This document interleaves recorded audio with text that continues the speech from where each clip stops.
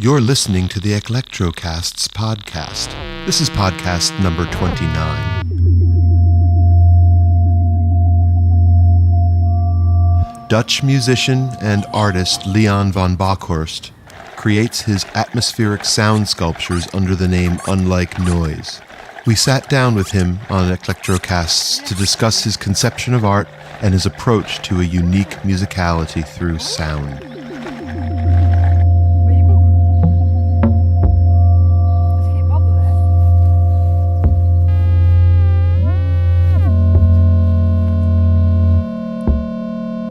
Hello, everybody. Welcome to another installment of Eclectrocast. This is Jeff, and I'm here with Case. And you have been listening to Ausfahrt by our friend Leon. You may know him as Unlikenoise, and we're here in the Eclectrocast studio with him right now. Hello, Leon.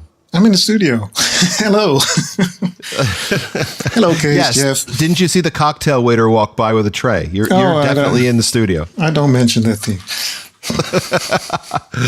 We're happy to have you here, Leon. And, we have such a wide variety of artists that we want to have on our podcast, and we try to get to them all. And I know we've been trying to get to you for a number of months, so we're happy to finally have you. How are things in Holland? Just rained a little bit, but it's quite normal over here. How's it with you guys?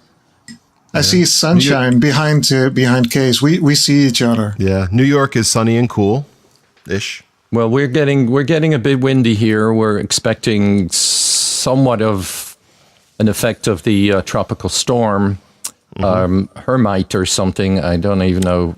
Hermine. And it's already getting pretty windy. We're supposed to get winds up to about 25 miles per hour with gusts to 40 miles per hour.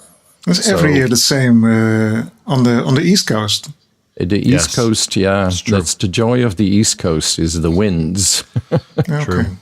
True. But Leon, we're happy to have you here, and we're going to be talking about a couple of the tracks that you've been working on since the release of Bit Awkward, which was the Unlikenoise release from 2015, about a year ago. And anything else that you want to talk about? Well, Jeff, I have a question here that was sent to us by one of our Eclectrocast listeners. And I think, Leon, it's kind of fun to start with this question. It's lighthearted, but you can take it as serious as you want. So it goes like this. If you were a noise, what would it be? Well, that's a pretty good question. I think an impulse. I think the most beautiful noise to me is the most shortest impulse you can get. Mm-hmm. What kind of an impulse? Just a simple rectangular blip. Nothing more than that. Mm-hmm. That's what kind of micro sounds I love a lot to find in all kinds of musical and noisy environments. And if I have to choose which sound I would be an impulse. So does that relate to your affinity to granular, to working with granular effects or granular plugins or granular sounds? The granular thing, the microsounds, is something you create a sound out of thousands of other sounds, of other small bits, and that's why I like that kind of sounds, the impulse sound, because an impulse is just like you and me. We're important, but we're not. We're just a little cog in a great machine. So. That's what I like about these small sounds and micro sounds. Cool. Mm-hmm. Cool. Mm-hmm. So, Leon, would you tell us a little bit about how you got started in making music? What brought you to electronic music? I know that at least one of your tracks that I'm familiar with, Undersold, has some guitar in it. So I presume you're a little bit of a guitar player. Is that how you started? Or when did you start getting interested in making your own music? I think I stole the guitar from my brother. He had an acoustic, and when he was away, I stole his guitar and fiddled around. And I stole the tape recorder from my dad. And when he was away, I recorded guitar on tape. And I think, well, we talk about 70s. That's when I started recording music. And I'm not referring to it as music per se, but recordings. Making noise with recordings or overdubbing things. That was that time. I love to do that. And in that time, I also love to listen to radio stories or radio art is what they call it these days. Just narratives told by a few people. And as a kid, I tried to make this as well. So I love playing with reel-to-reel tape and make some little noises with the guitar. But am I a guitar? No. I have a great axe. I like to play with it. Am I a guitar player? No. I just tried some jazz. And jazz is so hard, but it's you're telling me. Oh, you like jazz as well, Jeff? Oh yeah. I knew that, but you're not a guitarist. Yeah. He's quite an accomplished one. Okay. He's very modest about it, but he's a very good guitar player. And this comes from jazz guitar player as well. Absolutely. Well, you're both guitar players. Yes, I knew that from Kees. Yeah, but well, it's just a little bridge towards jazz. But jazz is quite an institution. I think it's grown from the beginning of the former century. It has a lot of rules, and I love that.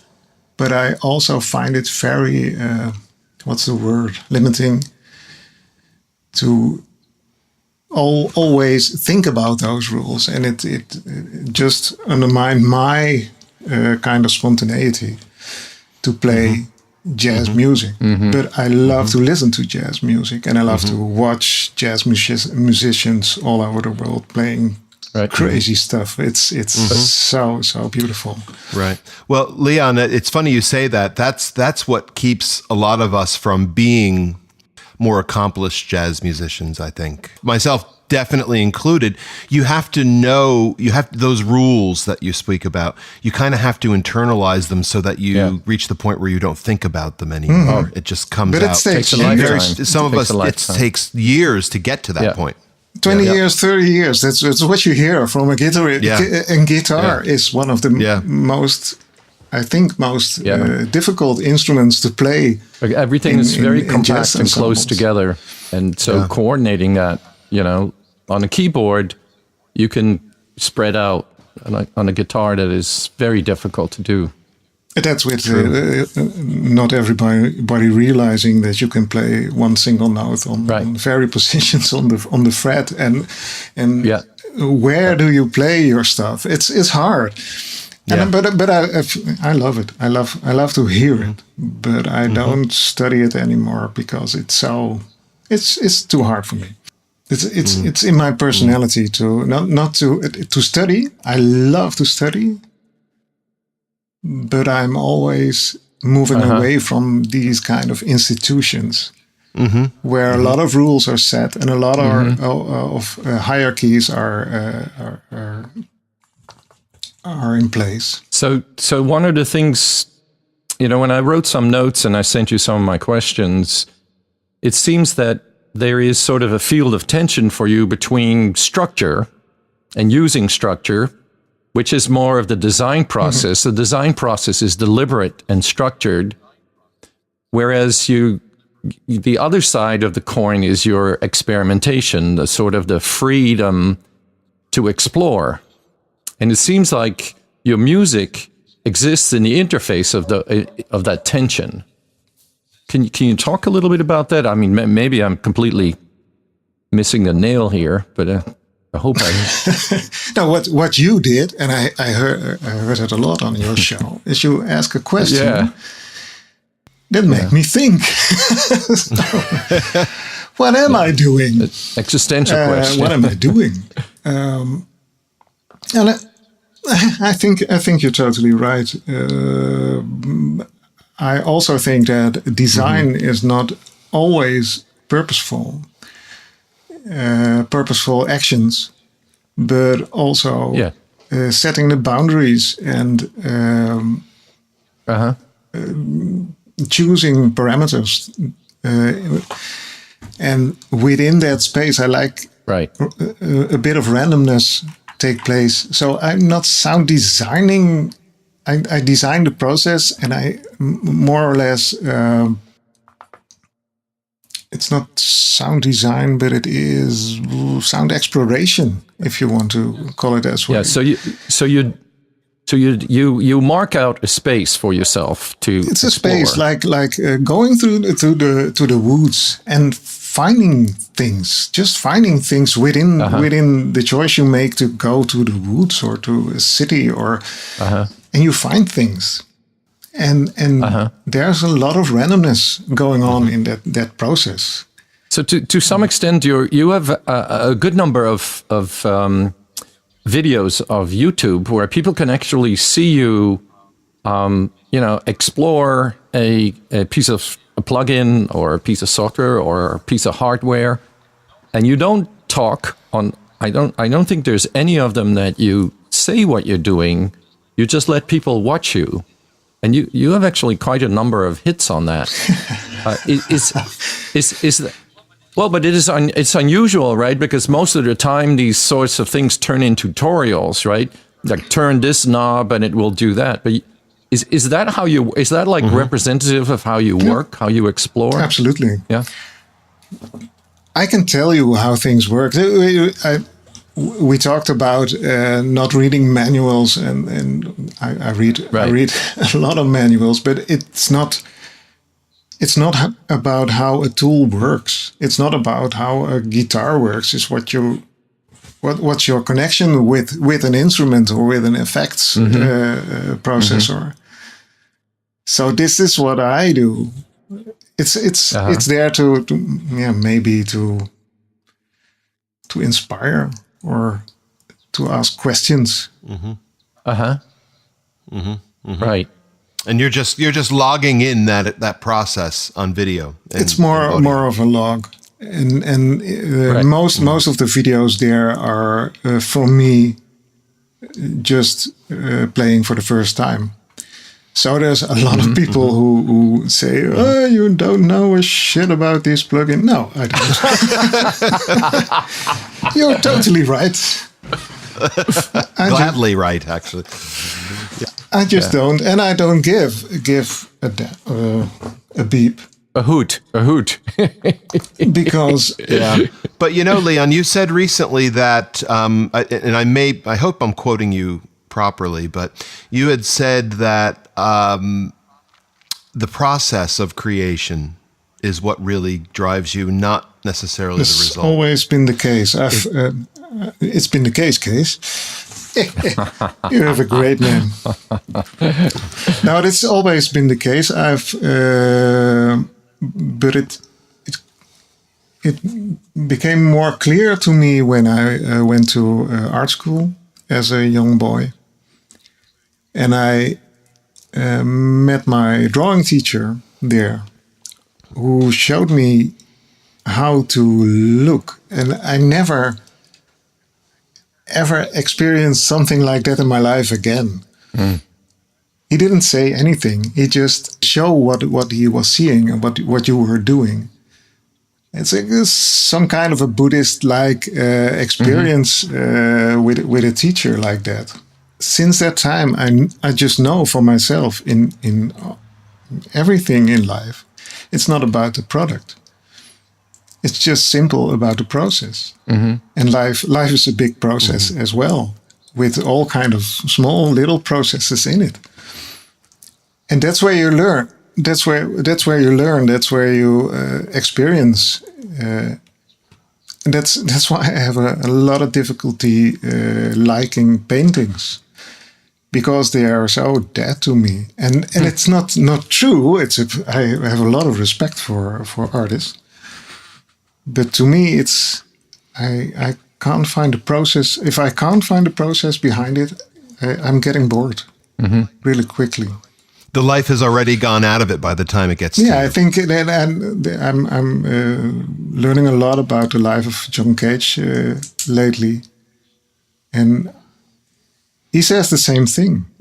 You can record something, but that's not the performance. Right. It's a recording. It's a monument of that performance. It's like a photograph. And you were... It's just a memory, right? I don't have photographs of me being a little child, so one or two, but most people have a lot of photos from their life, and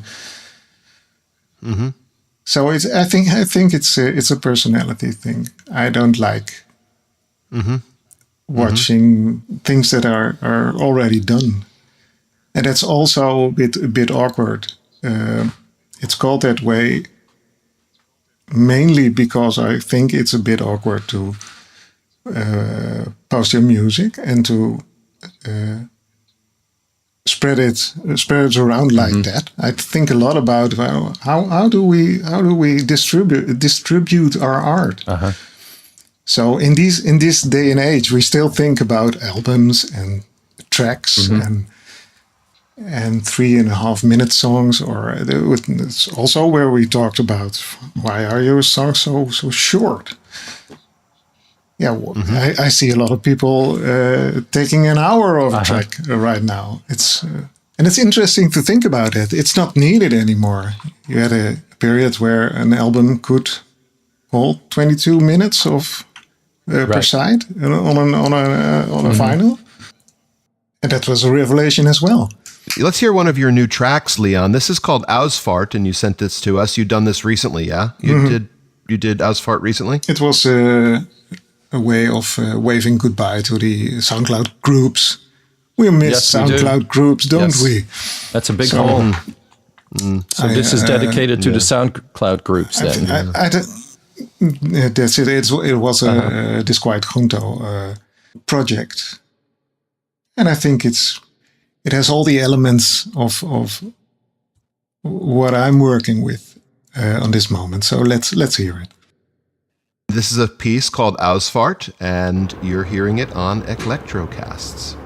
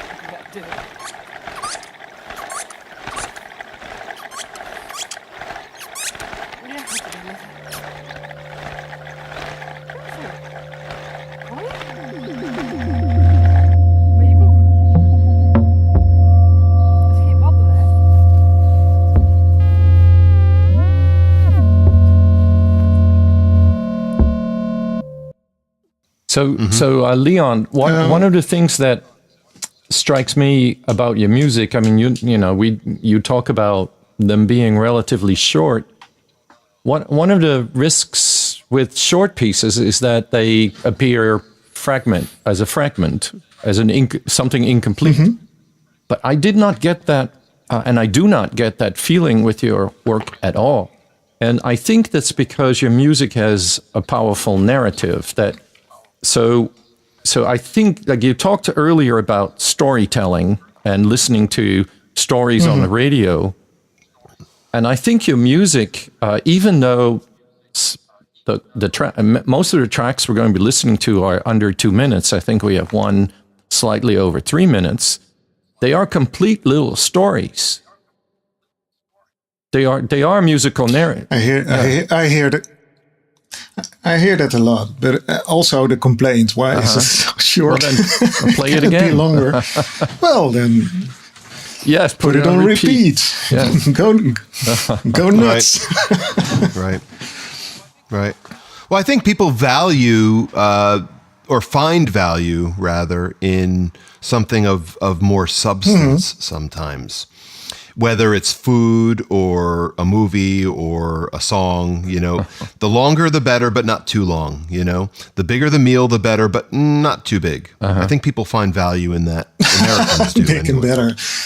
Well, it just reminds me of mindfulness course where people start with looking at a raisin and do that for half an hour. And just try to taste it and hear how it sounds.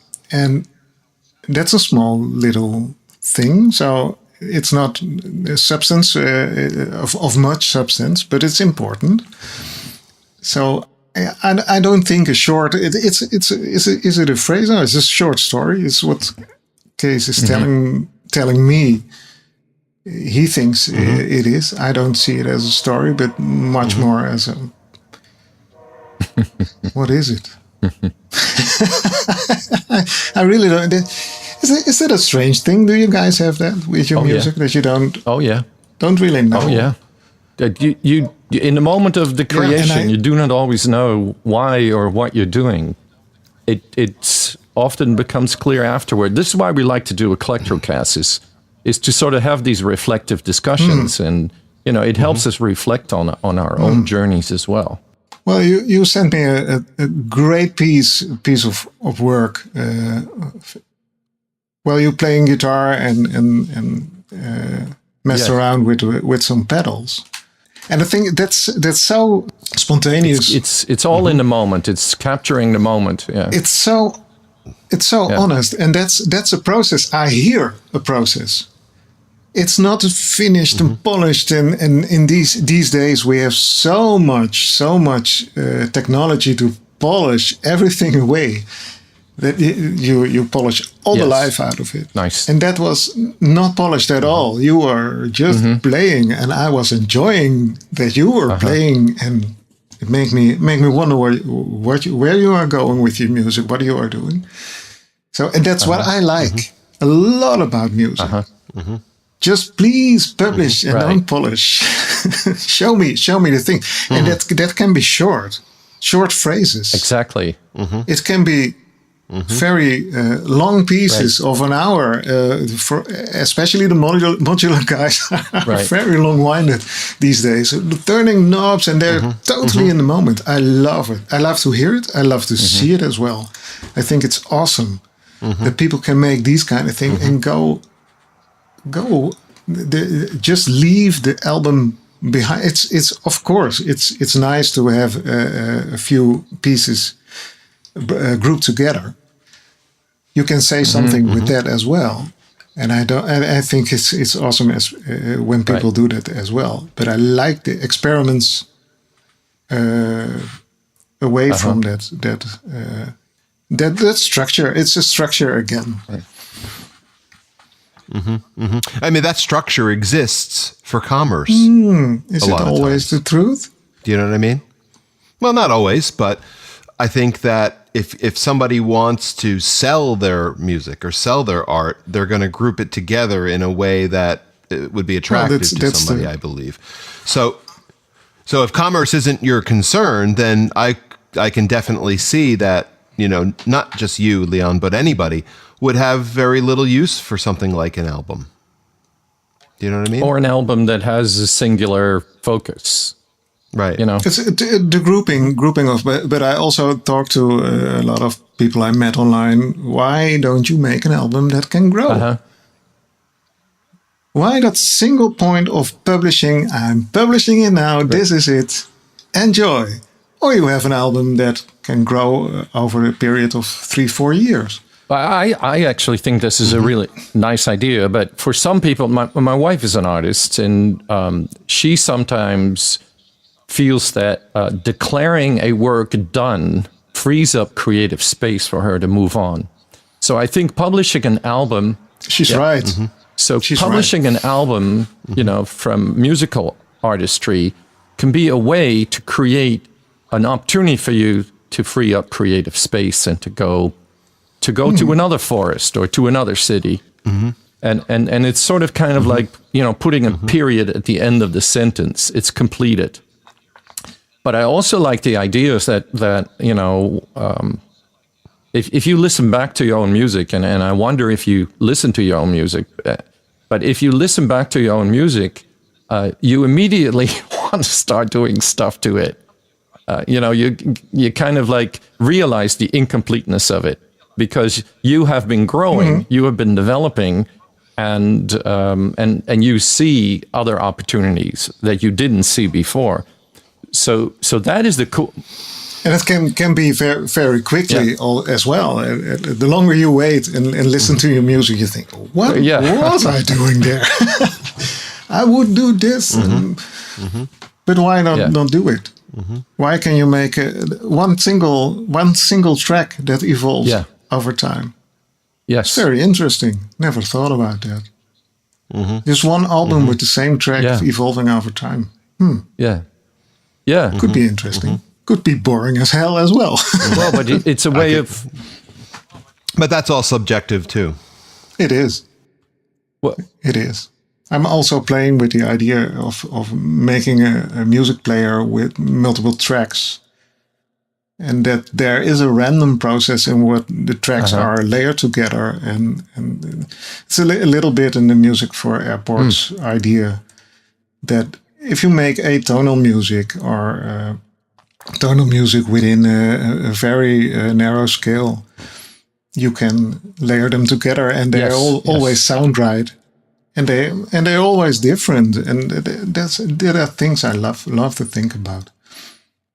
So, Leon, one of the things that stood out to me in listening to your published album and to the tracks that you have sent us is that every time I listen to one of your tracks, you place me in a space, whether that is a big space or...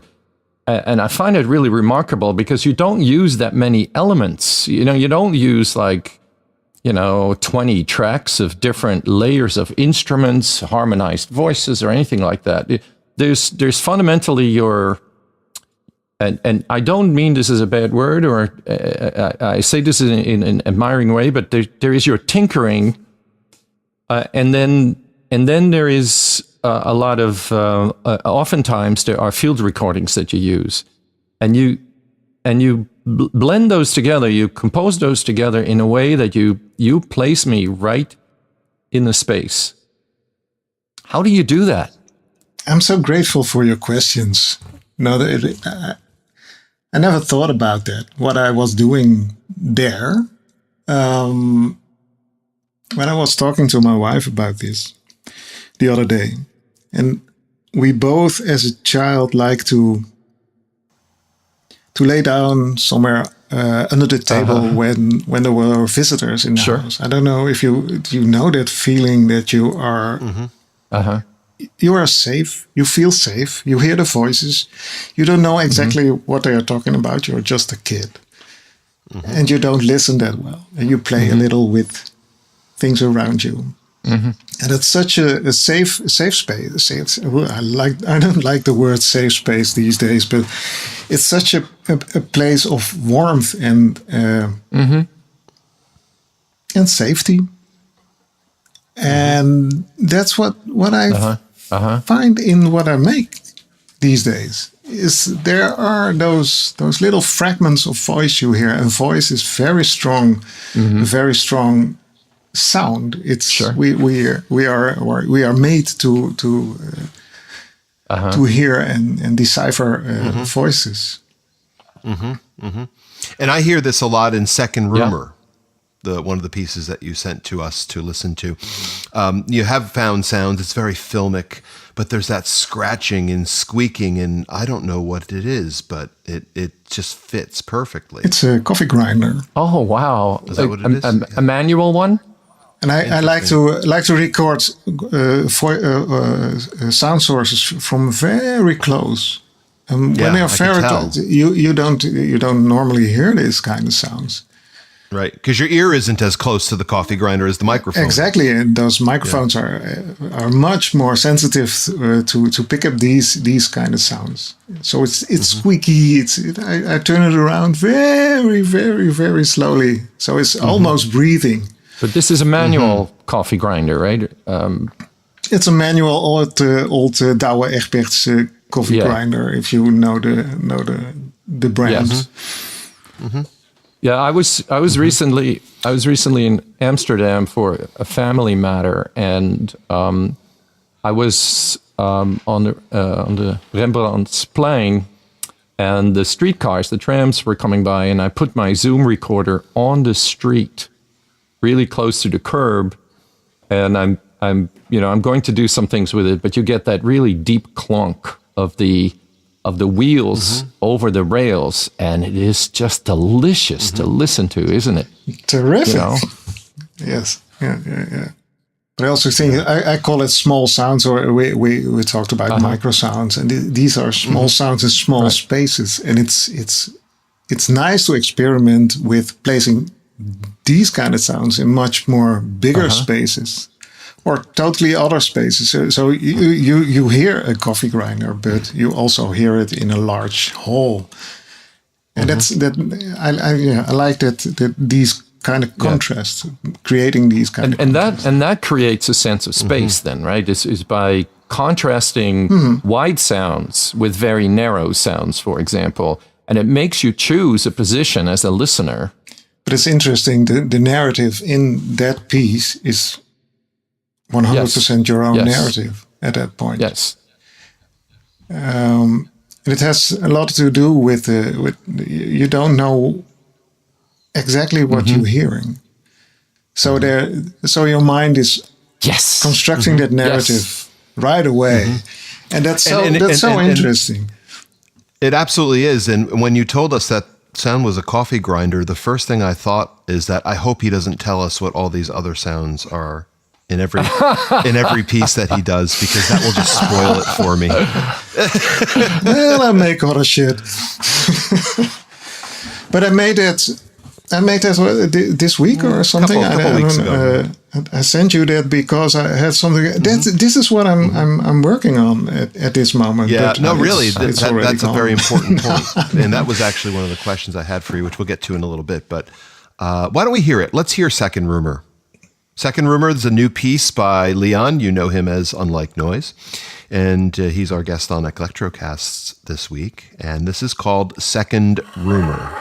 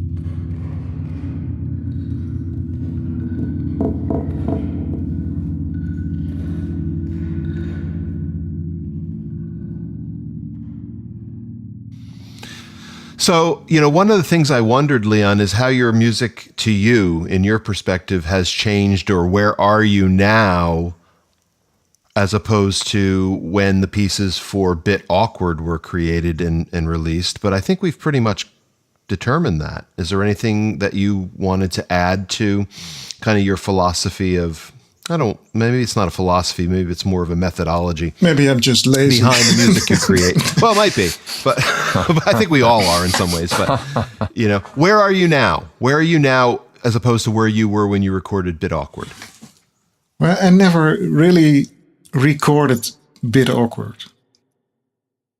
These are pieces never meant to be an album.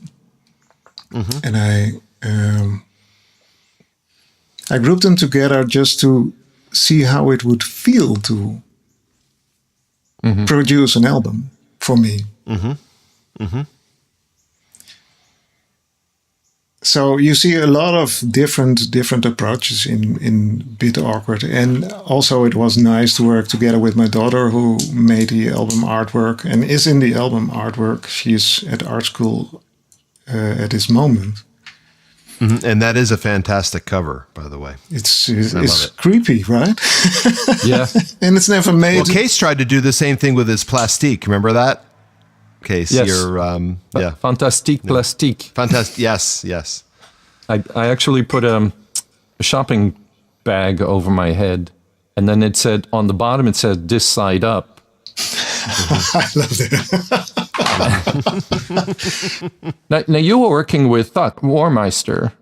This is the most wonderful thing I think about social media, is that you can be friends, can be real friends on just a very small subject, and you can explore much further from that. Right.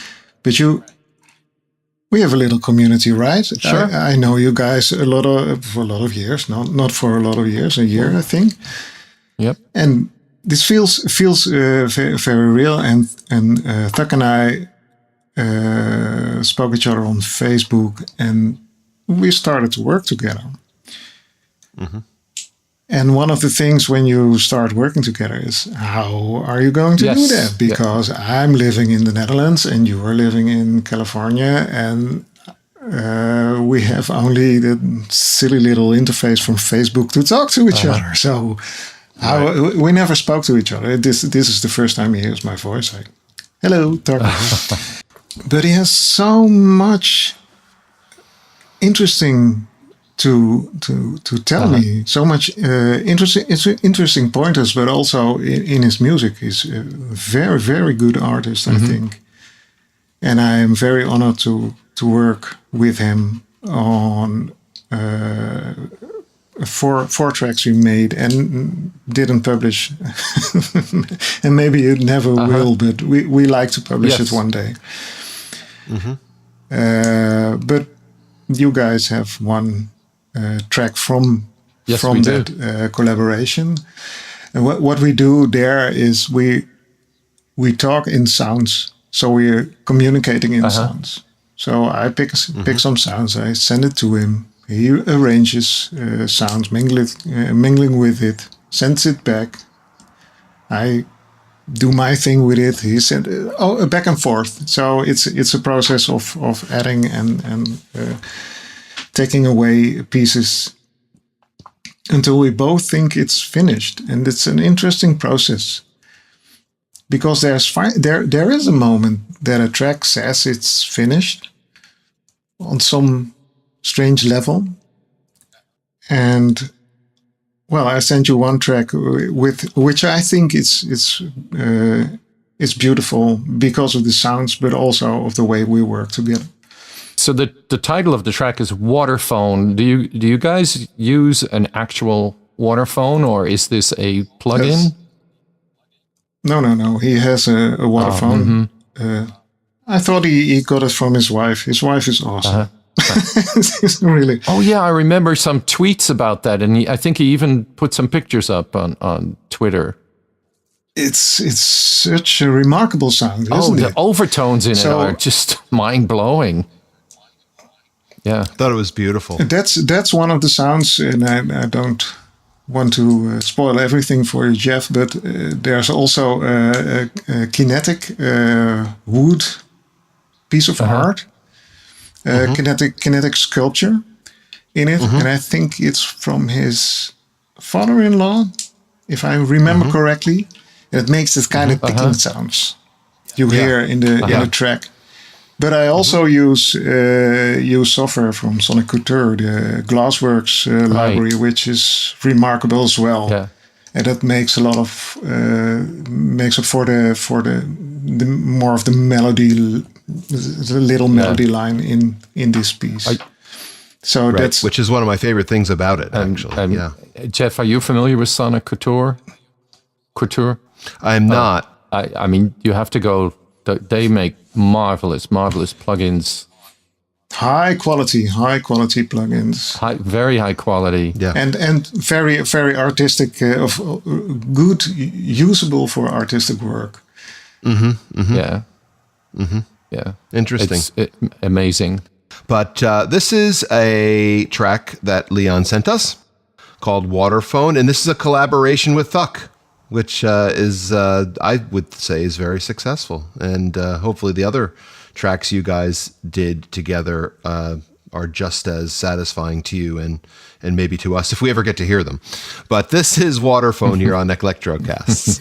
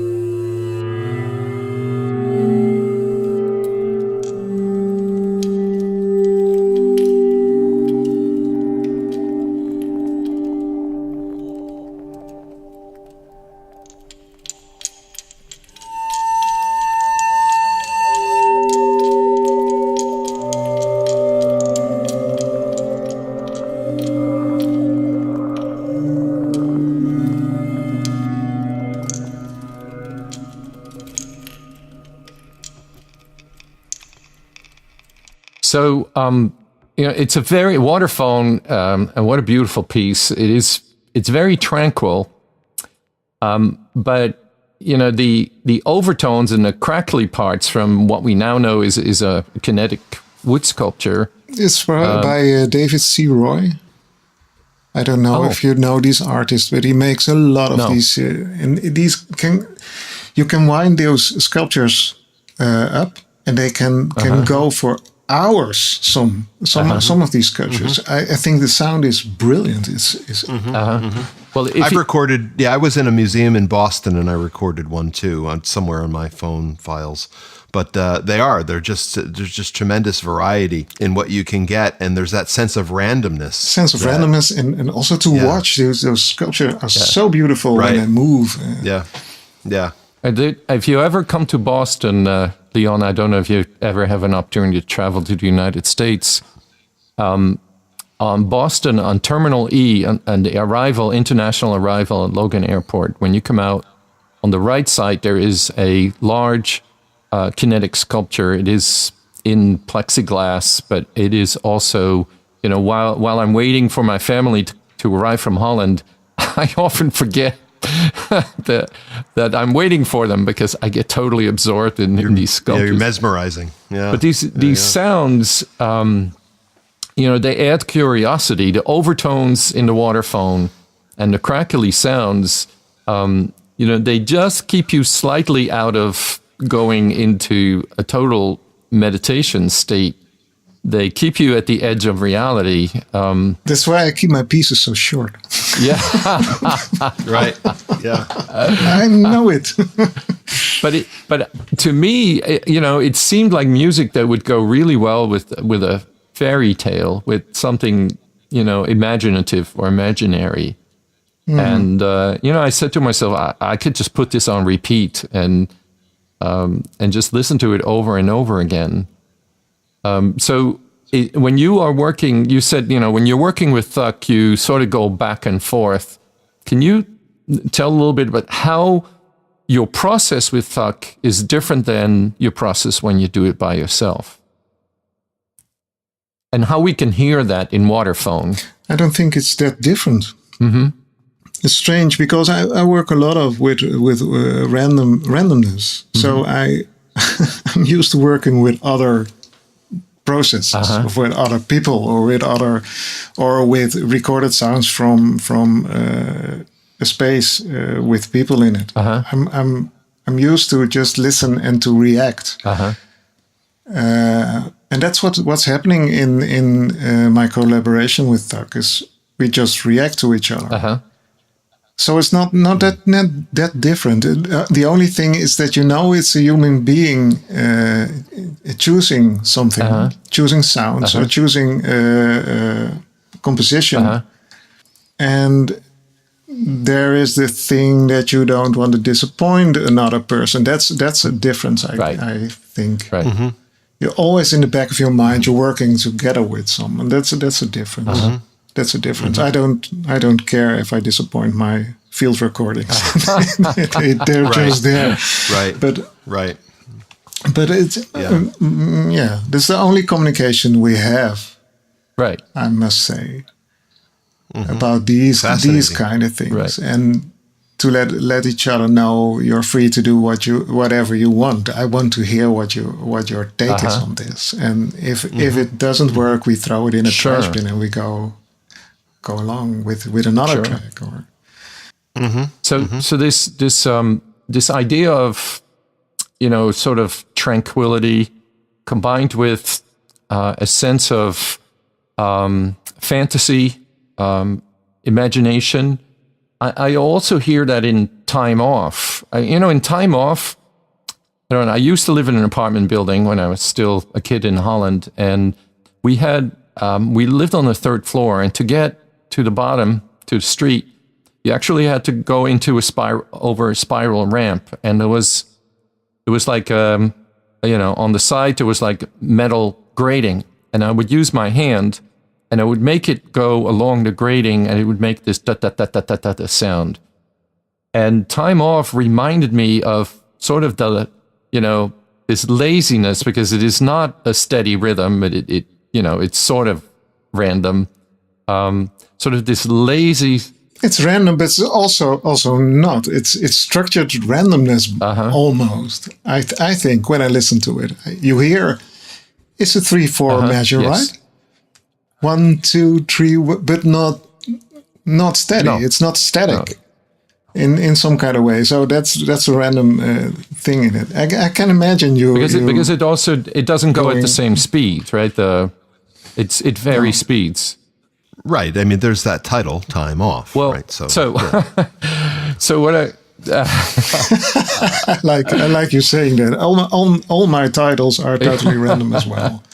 So I go to, what is the site? WordPlus. I go and I let the site decide how the piece is called, because I don't know what to call my tracks. I don't know if you know this, if you have the same problem, but I listen to it and how do you call this? Yeah. So I let a random word sentence. Right. And Time Off is pretty interesting. Was spot on. Yeah. Well, that's funny. It's, one of the things I wanted to ask you was about how, you convey humor in your music or humor in your packaging or titles, etc. And, there's Ausfahrt, which to an American sounds like, we're making a flatulent sound. One of your tracks on Bit Awkward is called Snot. So, Case knows what that means. And knowing you personally a little bit, Leon, knowing a little bit about your sense of humor, all this makes complete sense to me. But, that sense of random selection for your titles. Are you sure? Are you sure you didn't want to say something humorous with Snot? With Snot, I did. Random? It was, and it was the state I was in at that moment. I had a cold. That was all. And Snot is just, I don't know how exactly it's called the same in English, word. but runny nose. Yep. It's a Germanic word. Right. English is a Germanic language, so It's we just say snap. so Yeah, snap. Well, that's how they say it in Rhode Island. I just want. But it's also, I don't take myself too seriously, especially when it comes to making art. Is not a serious thing. It's a process. It's having fun with your ideas and with the world around you, and with all the impulses you get from that world. And that's like kind of like about it. cool, like the pictures that your avatar pictures, the pictures of yourself. You have a very sort of neutral stare, and sometimes you sort of have your hand under your chin as a sort of almost like an intellectual kind of projection of yourself.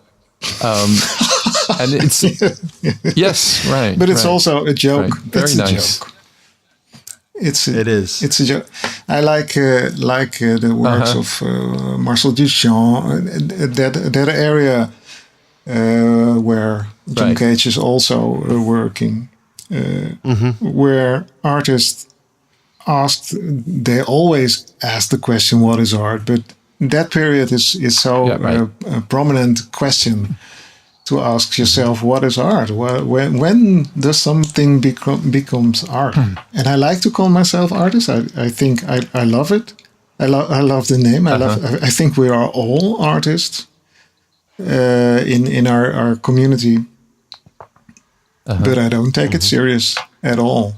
Well, at all. It's not important. It's not important. It's important to me, and it's important to some people who listen to things I do or to things I say, but it's of non-importance. But I do want to make your work a little bit more important than you're giving it credit for yourself. So I want to get back You're to free one to do other that. aspect of your work. So one we talked about earlier is you create for the listener a space in which they can position themselves by their own choosing. But the other thing is that you also create imagery with your music. So when we listen to Waterphone and Ausfahrt and Second Rumor, and now, in a bit we'll listen to Time Off. Time Off for me clearly evoked an image of my youth, from a personal image of walking along a fence and letting my hand sort of slide off these metal rungs. I'm so smiling when you say that. The thing that you have a great mind case, and at the moment you hear something like that, and I don't know what it losmaken. How do you say that? What it does opens up with people when they hear this kind of things, and you're telling this story, and it's so interesting to me. I see that in my mind's eye how you walk. So my question that comes out of it is, do you have any interest to make music for visual art, for movies? I can imagine. I think of John Cage again at this point, who worked with Merce Cunningham with dance, and I can imagine that. And what they did in all their freedom is they are collaborating, but they are not making music for each other. And they had 1 or 2 points in the music where dance and music came together, and the rest was totally separate from each other. So I like that concept a lot. Maybe I never thought about it. No, the only thing I could, which came to mind was making radio art, which I love a lot. And I listen to a lot of podcasts where people creating some kind of narrative. The Americans have more of a style of making explicit narrative, and the Europeans are more arty-farty. But sound is so important in that kind of genre. I like that a lot, and maybe that's more my thing than painting or other art. Leon, so Case and I show up at your doorstep, and you invite us in for an hour. What are you going to play for us? So you come from the United States, and for an hour visit. You knock at my door, and I'm gonna say, sit down. You're gonna listen for an hour. That's rude, man. If you come today, you will hear music like from Robert Crouch or Steve Roden. I just found out his music, or Machinefabriek, or these kind of guys make awesome music. And there's also a lot of field recordings with drones, with little. It's almost where we talked about today. Uh-huh. That sense of being there, but not totally being there. Uh-huh. And that's what I like you to hear. But I'm also not someone who would advise anyone to listen to anything. So I think you get a Heineken and we talk about music, and to let people sit for an hour, I think it's rude. It's very rude. Leon, we're really happy to have had you in this installment of Eclectrocasts, and we look forward to anything that you produce. I really enjoy listening to your music. I am one to loop one of your tracks. Pardon. I'm one to loop one of your tracks and let it go for an hour and a half, and I wouldn't be bored. I wouldn't think I'm hearing the same thing again, even though you are taking a 2-minute slice and kind of throwing it over and over. You get lost in it, and you become part of the atmosphere, and the atmosphere becomes part of what you're doing, and I think that's great. Yeah, it's been a privilege and a pleasure, and I